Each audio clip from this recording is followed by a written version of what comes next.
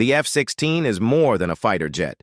It's a single-seat powerhouse stretching 15 meters long, hitting speeds over Mach 2, and carrying 7.7 tons of deadly firepower.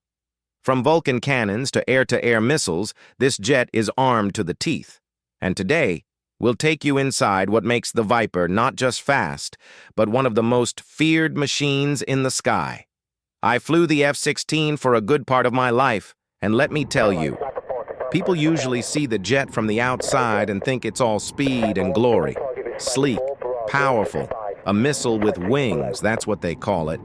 But what most folks don't realize is what it feels like on the inside. That's where the real fight begins. 12 hours, one seat, no breaks. The cockpit isn't much bigger than a phone booth. Once you're strapped in, you can't stretch your legs, can't shift your body more than an inch or two. The canopy turns into a greenhouse under the sun. The engine's roar never stops, and the vibration wears you down minute by minute. Bomber crews? They get hot meals, sometimes even a little toilet on board. We had nothing like that in the Viper, just a couple of pockets with whatever food you managed to stuff in before takeoff. Now, let me ask you, how long do you think you could last, locked in a seat like that without standing up once? And here's another one. If you had to pick only one kind of snack to carry with you for a 10-hour mission, what would it be? I've lived that reality, and I can tell you this much. In the F-16, survival isn't about comfort. It's about endurance. Brothers, we never fight alone. Hit like, subscribe, and stand shoulder to shoulder with me. Once a unit, always a unit. I can still feel it like it was yesterday, the moment that canopy closed and locked above my head. From the outside, the F-16 looks like freedom, speed, power, the thrill of flight. But inside, it feels like you've been sealed inside a box, one barely bigger than a phone booth. Your knees press up against the panel, your shoulders rub the sides, and once the harness bites down, you're locked in. You don't move, not for hours. At first, it's just tight. After a while, the heat builds. That bubble canopy turns into a greenhouse when the sun beats down, cooking you in your own seat. The engine never stops screaming. The frame never stops shaking.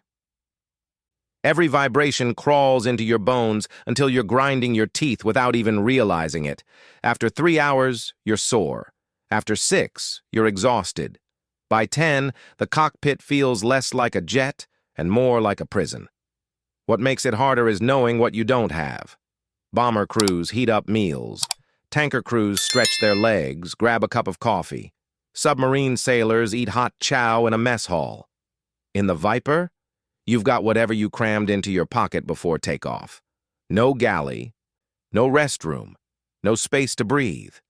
Just you, the jet, and the unrelenting grind. That's the reality most people never see. When you're flying an F-16, food isn't about taste. It's about survival. I learned that lesson the hard way. There's no tray, no hot meal, no chance to unwrap a sandwich without creating a mess in the cockpit. Crumbs or grease near those sensitive switches? That's a disaster waiting to happen. So we carried what we could fit into our flight suits. Energy bars were the #1 choice. Protein bars, granola bars, anything compact and packed with calories. I used to slide 3 or 4 into my chest pocket. If the skies gave me a quiet minute, I'd rip one open with one hand and take a bite. Sometimes I'd bring it home untouched. Other times it kept me alive halfway through a long patrol. Jerky was another staple. Dry, clean, tough to chew, but dependable. A handful of trail mix worked too, though you had to be careful not to drop a single peanut into the controls. The rhythm was always the same. Small bites between radio calls, quick chews while scanning the radar. There was no such thing as mealtime. The F-16 didn't allow it. Every calorie had to be dense, every bite had to keep blood sugar steady, because one slip in focus could mean the difference between landing and never coming back. I've sat in that seat at 30,000 feet, chewing on a protein bar while the jet screamed through the sky. Trust me, out there, food isn't comfort, it's fuel. And without it, you don't last long. In the cockpit of an F-16, water is every bit as vital as fuel. I learned quickly that dehydration was an enemy you couldn't see, but it could take you down just as fast as a missile. The canopy turned into a greenhouse under the desert sun, and with dry oxygen pumping through the mask for hours on end, your body burned through fluids faster than you realized. The danger wasn't just feeling thirsty, it was the way your reaction time slowed, how your focus slipped without warning. A mind dulled by dehydration could miss a radar blip or fumble a critical decision. And in combat, that kind of lapse wasn't an inconvenience. It was fatal. That's why we never went up without our hydration bladders, the same idea as a camelback. A soft plastic reservoir tucked into the survival vest or flight suit, with a tube that ran up under the helmet. With a quick bite on the valve, you could sip without ever taking your hands off the stick or throttle. Simple, rugged, brutally effective. I remember flying long patrols over the Middle East, the jet howling, sweat dripping, my throat dry as dust. Every 15 or 20 minutes, I'd take a sip, just enough to stay sharp, never too much to risk filling a piddle pack too quickly. It wasn't glamorous, no shiny bottles, no comfort. But each sip kept me steady, alert, alive. Out there, water wasn't just hydration. It was ammunition for the body. Most people don't realize that the F-16 wasn't built for marathons.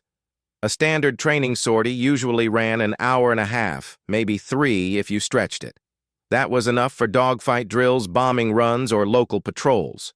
But combat doesn't follow neat schedules, and once you bring aerial refueling into the equation, everything changes. With a tanker in the sky, the Viper could keep flying as long as the fuel kept flowing. 8 hours, 10 hours, sometimes 12. The machine was capable of it. The question was whether the pilot inside could endure it. I saw it time and again in Iraq and Afghanistan, where young aviators stayed strapped in for missions longer than a full workday back home.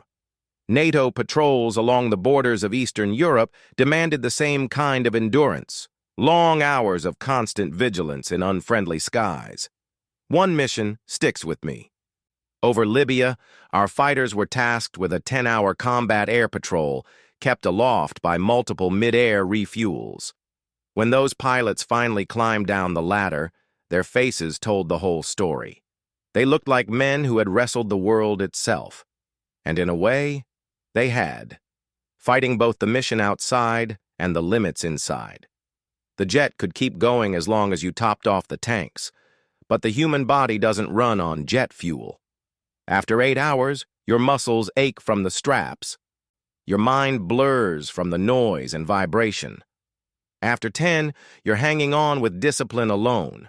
That's the truth the public never sees. The limiting factor isn't the F-16, it's the person strapped inside.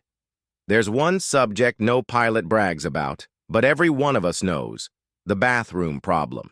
The F-16 doesn't have a toilet, not even a crude one. If you're in that seat for 10 hours, nature still calls. And in a cockpit packed with electronics and controls, there's no margin for error. That's why we relied on what we called piddle packs, heavy-duty plastic bags filled with absorbent gel. When you used one, the liquid turned solid instantly, sealed tight so nothing leaked. Some came with a funnel to make things less awkward, especially under turbulence or G-loads. It wasn't pretty, but it worked. Quick, discreet, and safe. A cockpit accident was far worse than any embarrassment. There were other options, too, simple urine bottles, but most of us preferred the packs. They were lighter, cleaner, and easier to stow. Now, as for number 2, technically waste bags existed, built on the same principle, but the truth is, almost nobody used them. Before a long sortie, we planned meals and fiber intake carefully. You made sure your body was ready for flight before you ever strapped in. It's funny in a way. B-2 bomber crews have a small porta-potty on board, tanker crews have a lavatory and even a galley. On an F-16, you're taking care of business right in the seat, then pressing on as if nothing happened. It sounds crude, but it's as critical as any system in the jet. Because at 30,000 feet, bathroom logistics aren't a joke, they're survival. In the F-16, survival came down to rhythm. We didn't eat big meals in the cockpit. A heavy sandwich or greasy food would wreck your stomach and cloud your focus. Instead, we lived on small bites. An energy bar here, a handful of trail mix there. That steady trickle kept blood sugar level without the crash that comes after a big meal. It wasn't dining, it was fuel management for the body. The same went for hydration. You couldn't guzzle water, drink too much, and you'd be filling piddle packs faster than you wanted. Drink too little, and your head would fog. The trick was balance. One sip every 15 or 20 minutes, just enough to stay sharp. Out there, every ounce of water was as carefully rationed as every round of ammunition. Physical relief was rare. The seat locked you in tight, but there were little tricks. Flexing your toes inside your boots, rolling your shoulders against the harness, tightening and releasing your leg muscles. It didn't make you comfortable, but it kept blood moving, kept circulation alive. The hardest part wasn't the body, it was the mind. Hours of engine roar, constant radio chatter, the knowledge that one slip could end everything. That's where discipline took over. Control your breathing, steady your thoughts, and keep your eyes sharp. In the Navy, we called it battle rhythm, the pace you set between man and machine. Without it, you'd break long before the enemy ever touched you. Endurance in the sky didn't begin at takeoff. It started hours before on the ground. What you ate before a mission mattered just as much as what you carried into the cockpit. We kept meals light and clean, chicken with rice, oatmeal, maybe a protein shake. Heavy or greasy food was a recipe for disaster in a sealed cockpit. Caffeine had its place, but only in moderation. A small dose before launch could sharpen focus, but too much risked dehydration and the dreaded crash hours later. Energy drinks? Forget them. A sugar rush at takeoff, followed by a crash during refueling, could cripple a mission. We learned to respect what we put into our bodies. The pre-flight checklist wasn't just weapons and avionics. It was survival gear. Did you pack enough bars? Was the hydration bladder full? Did you slip an extra piddle pack into your vest? Miss one detail, and a 10-hour patrol could turn from tough into miserable. By the time you climbed the ladder and strapped in, your body had to be tuned for endurance. The jet carried missiles and bombs, but you carried calories, water, and discipline. That preparation was invisible to outsiders, but it made all the difference once those wheels left the runway. The F-16 was a marvel of engineering. With aerial refueling, the jet could fly almost indefinitely, its tanks topped off again and again by tankers high above the clouds.